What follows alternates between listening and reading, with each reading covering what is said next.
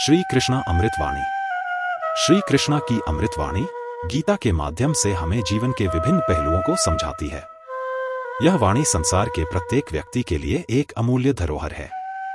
श्री कृष्ण ने अर्जुन को जो उपदेश दिए वे आज भी हमारे जीवन को मार्गदर्शन प्रदान करते हैं। आइए श्री कृष्ण की अमृतवाणी के कुछ महत्वपूर्ण अंशों को विस्तार से समझें। कमेंट में जय श्री कृष्णा लिख चैनल अंतरात्मा को सब्सक्राइब कर दे और अंत तक सुने। धर्म और अधर्म का विवेक। श्री कृष्ण ने अर्जुन से कहा कि धर्म का पालन करना ही जीवन का सर्वोत्तम उद्देश्य है। धर्म से भटके हुए लोग अधर्म की ओर बढ़ते हैं, जो उनके जीवन को दुखों और परेशानियों से भर देता है। धर्म और अधर्म के बीच का भेद समझना अत्यंत आवश्यक है। योग का महत्व। श्री कृष्ण ने गीता में योग के विभिन्न प्रकारों के बारे में बताया। उन्होंने कर्म योग, भक्ति योग और ज्ञान योग का महत्व बताया। योग से शरीर और मन में संतुलन बनाए रखा जा सकता है, जिससे व्यक्ति अपने जीवन में शांति और सुख का अनुभव करता है। कर्म का सिद्धांत। श्री कृष्ण ने कहा, तुम्हारा कर्तव्य केवल कर्म करना है, फल की चिंता मत करो। जीवन में कर्म का महत्व अत्यधिक है। हमें अपने कर्तव्यों को निष्ठा और ईमानदारी से निभाना चाहिए, बिना किसी स्वार्थ के। फल की प्राप्ति खुद ब खुद होती है। सच्चे भक्ति का मार्ग। श्री कृष्ण ने भक्ति को सबसे श्रेष्ठ मार्ग बताया। जब व्यक्ति पूरी श्रद्धा और विश्वास के साथ भगवान की भक्ति करता है, तो भगवान उसे अपने आशीर्वाद से संपन्न करते हैं। भगवान का नाम जप और भजन करने से आत्मा शुद्ध होती है। प्रेरणा देने वाली वाणी। श्री कृष्ण ने अर्जुन को यह उपदेश दिया कि जब भी जीवन में कठिनाइयां आएं, तो हमें अपने भीतर से शक्ति प्राप्त करनी चाहिए और मुश्किलों का सामना धैर्य और साहस के साथ करना चाहिए। माया का भ्रम।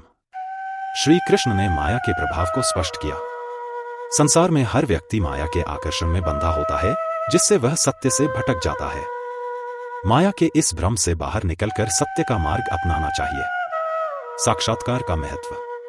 श्री कृष्ण ने आत्मज्ञान को सर्वोत्तम ज्ञान बताया। जब व्यक्ति अपने आत्मा से साक्षात्कार करता है, तो उसे जीवन के उद्देश्य का सही बोध होता है।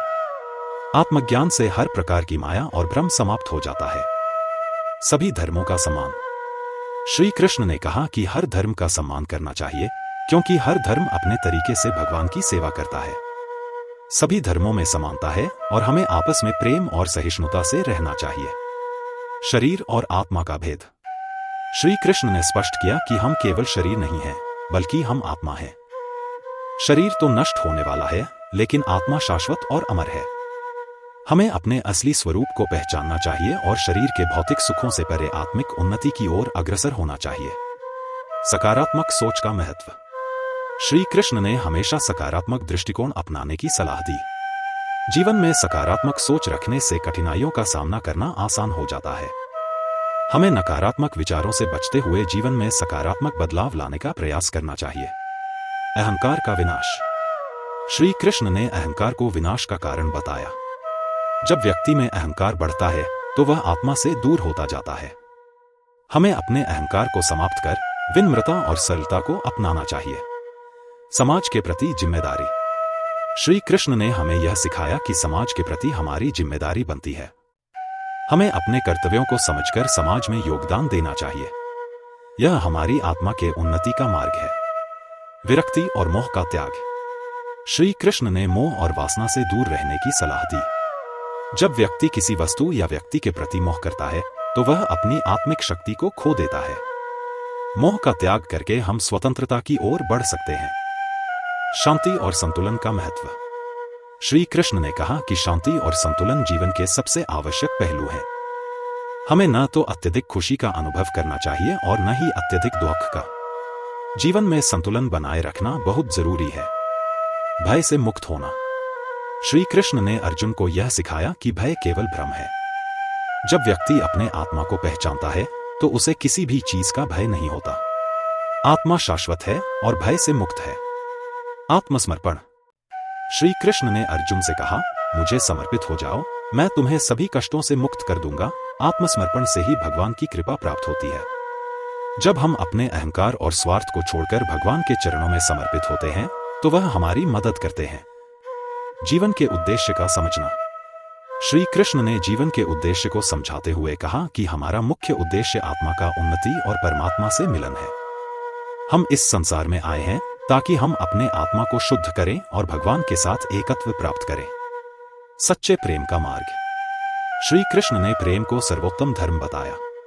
सच्चा प्रेम निस्वार्थ और बिना किसी अपेक्षा के होता है। जब हम भगवान से सच्चे प्रेम में जुड़ते हैं तो हमें सच्ची शांति और सुख प्राप्त होता है।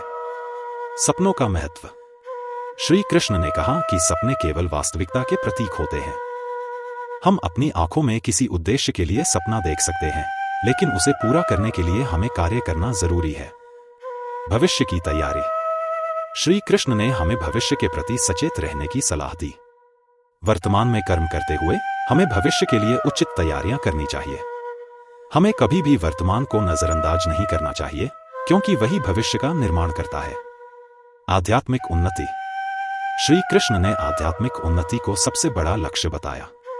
उन्होंने हमें यह सिखाया कि बाहरी दुनिया से अधिक महत्वपूर्ण हमारी आंतरिक यात्रा है। जब हम अपनी आत्मा के साथ जुड़ते हैं तो हम आंतरिक शांति प्राप्त करते हैं। निष्कर्ष। श्री कृष्ण की अमृत वाणी जीवन के हर पहलू को सुंदरता से सजीव करती है। उनके उपदेशों में हमें जीवन जीने की कला, धर्म, भक्ति और कर्म का सही मार्ग मिलता है। जो कोई इन वाणियों को अपने जीवन में उतारता है वह अवश्य सुख, शांति और समृद्धि प्राप्त करता है।